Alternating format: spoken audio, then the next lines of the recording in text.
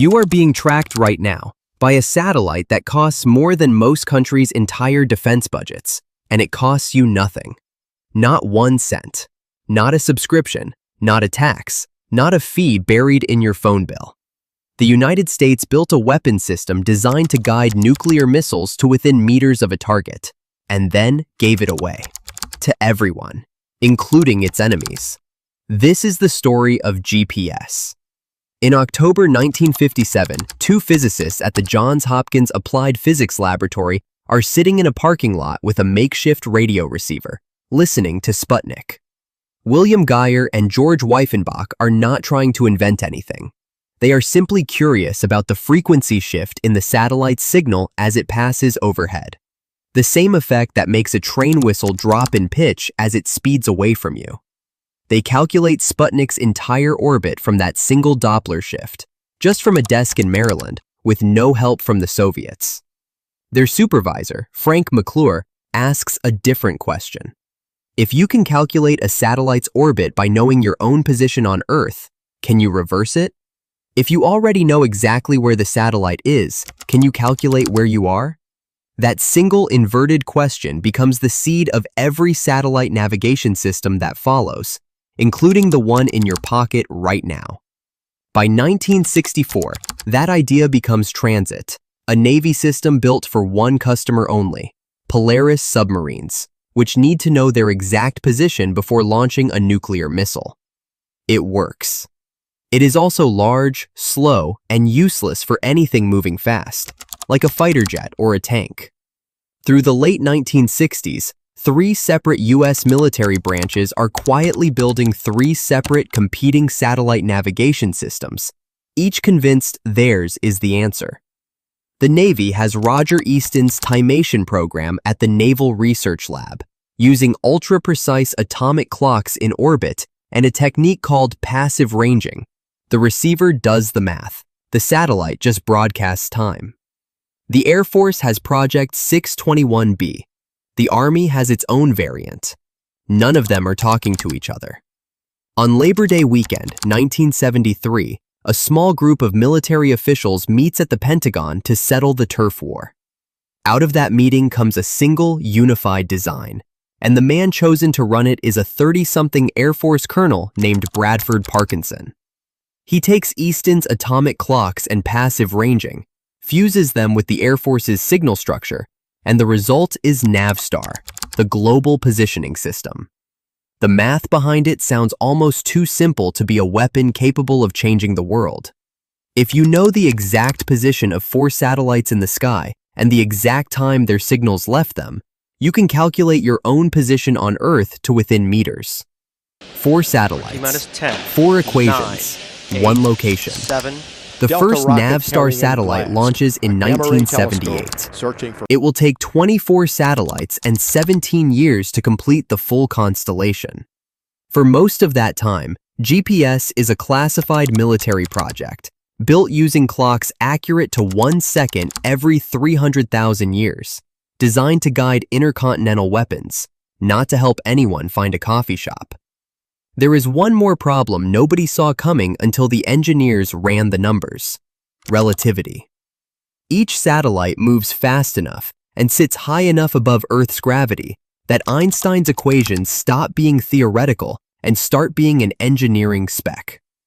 Special relativity says a clock moving that fast should run about 7 microseconds per day slower than one on the ground.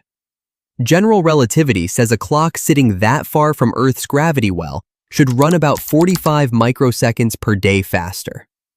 Net effect: every GPS satellite clock gains roughly 38 microseconds a day. It sounds too small to matter. Left uncorrected, GPS positions would drift into nonsense within 2 minutes, and the error would compound by about 10 kilometers a day.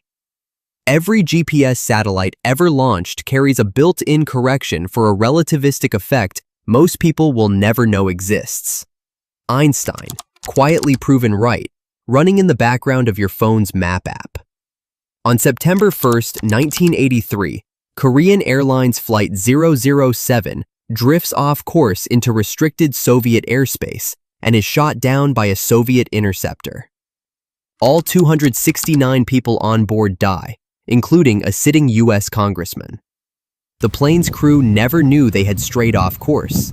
They had no way to verify their exact position over open ocean. 15 days later, President Reagan announces that once GPS is complete, civilian aircraft will be allowed to use it, to make sure a navigational error like that never kills anyone again. But the military does not actually want the public to have full accuracy.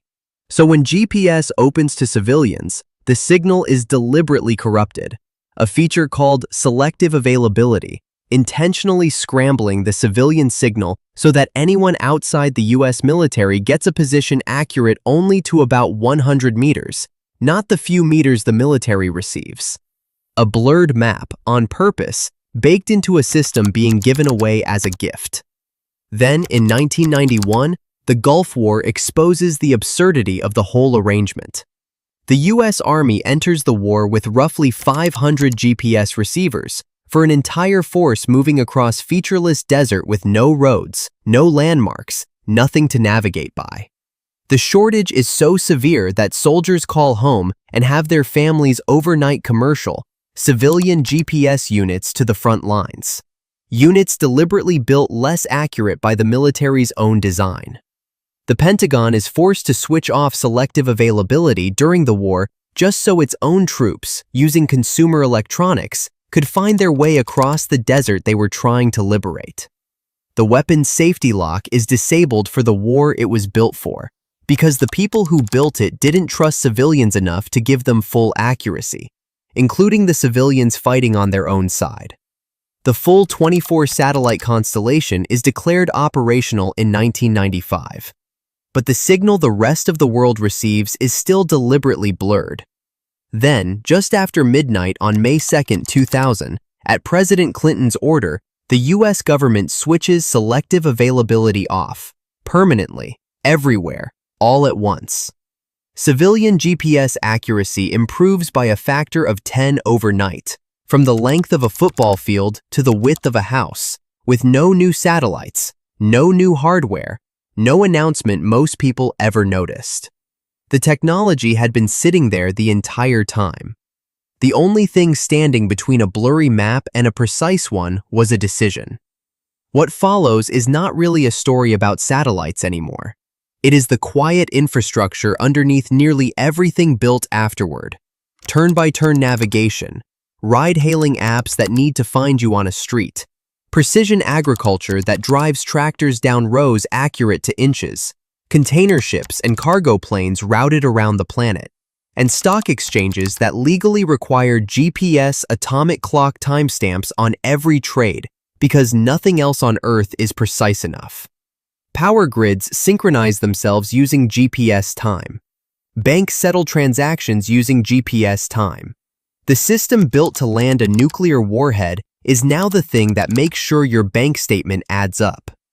In 2019, a study commissioned by the U.S. National Institute of Standards and Technology tried to put a number on all of this and concluded that GPS had generated roughly $1.4 trillion in economic benefit for the United States alone since civilians were first allowed to use it.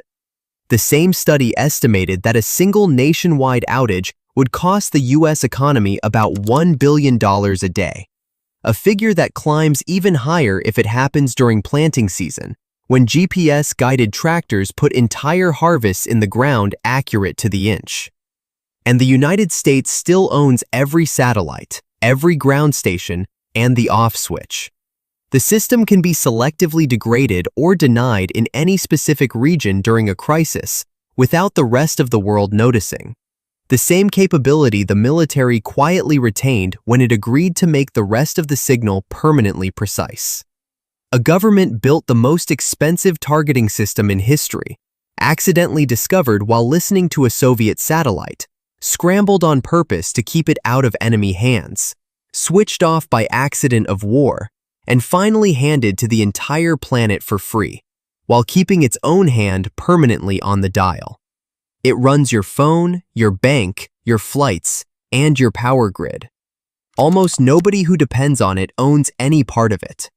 And the day the US military decides otherwise, in a single region of the world, it can simply turn it off. This is the full story.